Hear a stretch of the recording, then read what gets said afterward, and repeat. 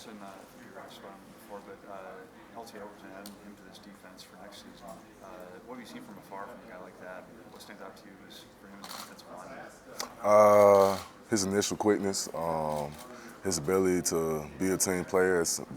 Clearly, he can't play in the game, but helping out the offense on scout team, and individual drills, being one of the first guys to come give us a look. So just a great team guy. I realize one more question I have for you. Demani Jackson, I realize he plays a different position, but do you know anything about his game, what he'll bring now that he's committed? Uh, hopefully being a lockdown corner. Hopefully being a lockdown corner. Don't really know. You have to ask T-Rob or one of the cornerbacks or even Kool-Aid, but hopefully he becomes another guy that can help us win. Heading into a game like this one, I mean, Michigan ran the ball against a good defensive line like Penn State 35 times in a row. Is that something that you guys are a little extra aware of, trying to change anything around on the defensive line to combat that? Not really. I say just understand that they want to run the ball. I feel like each and every team goal is to run the ball. If you can run the ball and be successful at it, why stop?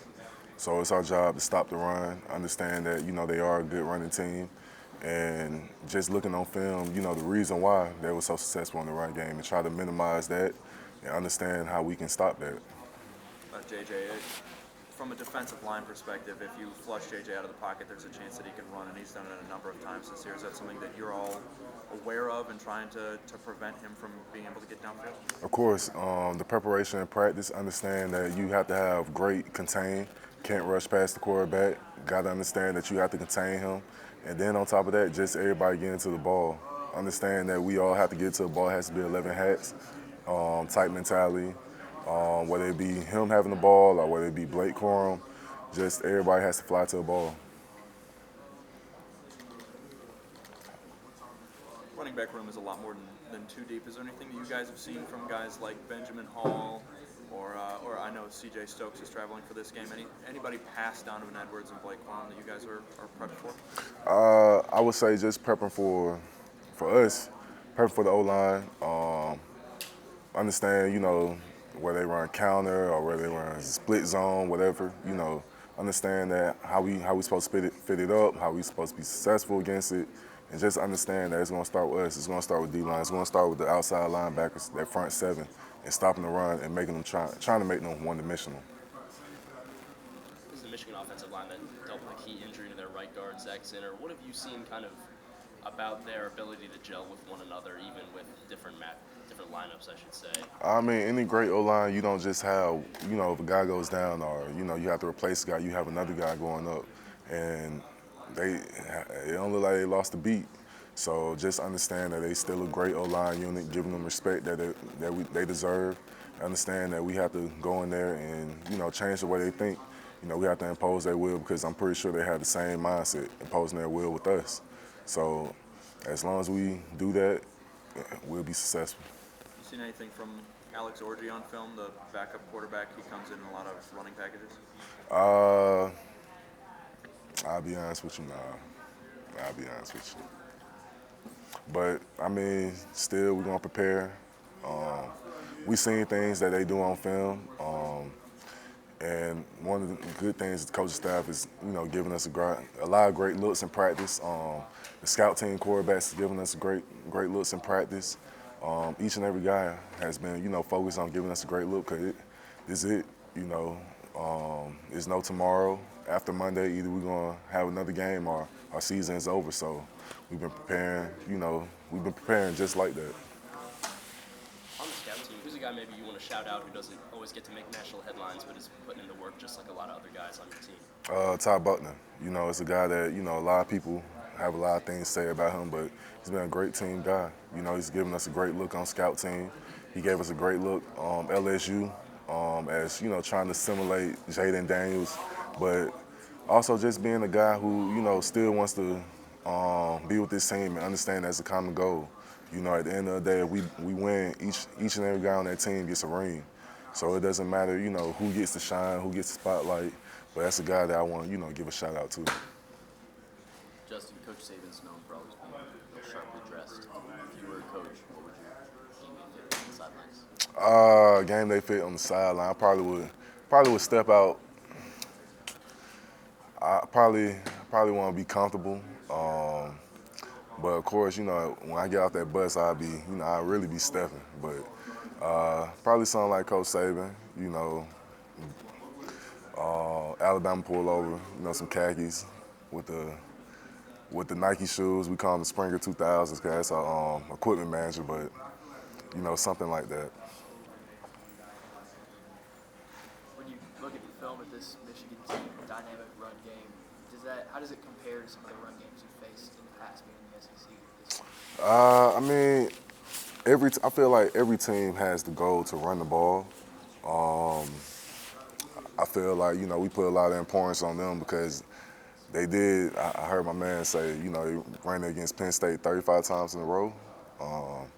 So just understand that they really love to run the ball, and it's our job to stop the run. And that's the biggest thing, being a D lineman here. You gotta stop that run. You ain't gonna touch the field if you can't stop the run. So just putting importance in that in practice. So team run periods, good on good against the O-line. It's like a heightened level of awareness of what we have to get accomplished. But I feel like Georgia wanted to do the same thing. Auburn wanted to run the ball. A lot of teams want to run the ball, but it's our job to stop that. What led to the success against Georgia that maybe you can replicate this game? I would say we have the same mentality. There's no tomorrow. I told guys that whole week, it ain't nothing. Give it all you got because after this, you have a break. Everything that we wanted is right here in front of us. So give it all you got. I'm gonna give it all I got. A full week of preparation. I'm not gonna take no reps off because at the end of the day, there's no tomorrow. If we don't do what we want to do on Monday, season over. If we handle business, we got another game. We have a chance to play for a natty. Justin, Kevin Steele talked about your professionalism, how that's been a big part of the defense's success. For you personally, where is that rooted in? Where did you get that sense of professionalism from? Just seeing guys before me. And understand that, I'm the old head in that room. So, I like to joke around and stuff like that, but also understand that it's a time to play and it's time not to. When we step on that field, it's time to handle business. We can joke around and laugh when we watching film and stuff like that, but when we got to get something done, we got to get something done.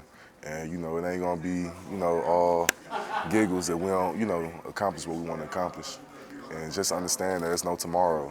Understand that, everything that we want is right in front of us. We earned the right to be in this game, and we got to earn the right to be in the next game. But all focus is on this game. You talk about being the elder statesman in the defensive line room. Looking back on the beginning of the season to now, what's that been like, being that leader of that group, and how those young guys have grown to this point? It's been a crazy thing about everybody in that D-line room been there since January. So all the early enrollees, guys like James Smith, Edric Hill, Hunter Osborne, and Jordan Renaud, and just bringing them along. You don't really see them on Saturdays, but they work each and every day, and when their time comes, they're going to be prepared for it. And just showing them, trying to be an example of how things are supposed to be done, not only in practice, but in the games. The expectations, understand the expectation of what it is to be a Bama D lineman. And just each and every week, just try to, teach them something. As far as okay, just because you're not on the field right now don't mean when you on the sidelines, you can't tell me what's going on, because I can't see everything. So if you can tell me, okay, this is what the left guard doing, or this is what the right guard, left tackle, or center, or the right tackle doing, you helping out. Each and every guy has a role. Just because you're not physically affecting the game on the field doesn't mean that you can't help another guy out. Because at the end of the day, we all have the same goal, and that's to win. So it seems like in the offseason there was a big priority, especially on the linemen, of just getting bigger. I mean, you look at how many pounds the offensive line put on in muscle in the offseason, and I don't know how much you go up against them good on good in practice, but have you noticed it's pretty different when you're going up against, 350-pound Tyler Booker, 360 Kate Proctor, things like that, compared to maybe what the line has been in previous seasons? Shoot, the O-line always been big. Y'all remember Deontay Brown and Evan Neal and guys like that, and Landon Dickerson? Come on now. I mean, we're not talking like 250 to 350, but still big guys. Yeah, but I feel like, just the fact that, Coach Blue has them in the right playing. You know, they big, physical, but able to move with it. You know, it's not like they big and can't move with it and not athletic. JC is athletic. T Book is athletic. Jaden Roberts is a freak of nature. You know, Caden Proctor. You know, all them guys. You know, 300 plus, 320 plus, really. So just, you know, each and every day we going good on good team run or anything. You know, it's a good barometer, you know, helping us get ready for the games. And you mentioned you're an old head on this defense, but that also means you've been around Coach Saban for a few seasons. You know, have you noticed he's relating to the team differently this year? And, you know, if so, why? I don't think he's been relaying anything different. I feel like he still got that same fire and passion that he had since day one I've been here. He's still the same guy. No more jokes this season?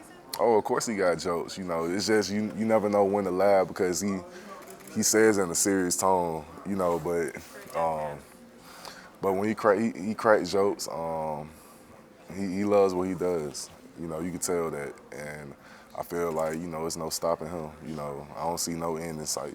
We were just talking to Dallas. He said that Will Anderson still reaches out to him. What's it been like to continue a relationship with a guy that was that talented after he's left Alabama? It's great because you have somebody that, you know, is still paying attention and still, you know, somebody that you can reach out to. Like a guy for me is Fedarian Mathis, you know, somebody that I can easily reach out to, ask him any question, and he's, you know, just a phone call or a text away, and, you know, he's responding as far as, you know, being a person that can, you know, is still accessible, you know, and you can't say that about everybody, but you can say that about them. And then Kevin Steele's been through so many battles, coached for a long time, coached a lot of defense. How invaluable is it to have a resource like him that you can go to every single day? He's a guy that, you know, his wisdom is beyond anything that, you know, we can hear from anybody outside of Coach Saban. Just the hands-on approach that he brings. I'm glad that he's here. You know, he's been a tremendous bright spot to this defense and has helped us be so successful as we are. Him and Saban are both older defensive-minded coaches. How different are they in practice, or are they similar in more ways, or are they different? They both similar because they hop on, you know, they hop on you. But, you know, just understand that, you know, it's an expectation. He's been here before. He's won a ring here before, so he understands the expectation. The same thing with Coach Saban. He never going to let us not live up to the expectation. You know, no matter what it is. It could be a Monday practice, which is, you know, we inspire the pass, or whether it could be Tuesday or Wednesday practice, which is the most physical days of the week for us. He's always going to, you know, have an expectation that we have to live up to.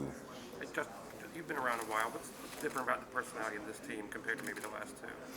I would say just we became closer. You know, we became closer.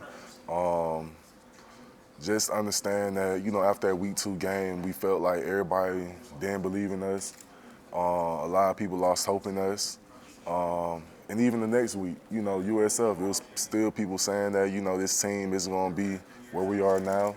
And actually we had a team meeting the day after that Sunday after that game, and it was just a player-led meeting. And we spoke our mind, everybody got everything off their chest, and it made us closer. And I feel like that's something that, you know, since I've been as far as a player-led meeting after a devastating 2 weeks because, you know, we lost against Texas, then we didn't play our best against USF. I felt like that made us closer, and we knew who the head man, you know, the starring guy at quarterback was going to be, and he rallied us all together. Is that something that was missing maybe the last 2 seasons? I wouldn't say that. You know, sometimes the things just don't fall how you want them to fall. You know, we ended up losing Georgia in the national championship. And then last year just lost 2 games on, you know, really the last play, and, you know, things just didn't go your way, and, you know, mental errors in the game. But just understand that we try to capitalize on that. Understand mistakes of the past and not try to recreate them. How quickly did you guys kind of realize Milroe's your guy? I was talking to Floyd. He said, we go where he goes. Talking about that meeting after USF. When were you like, this is our quarterback? When the coaching staff made the decision, and how he was vocal, a vocal leader.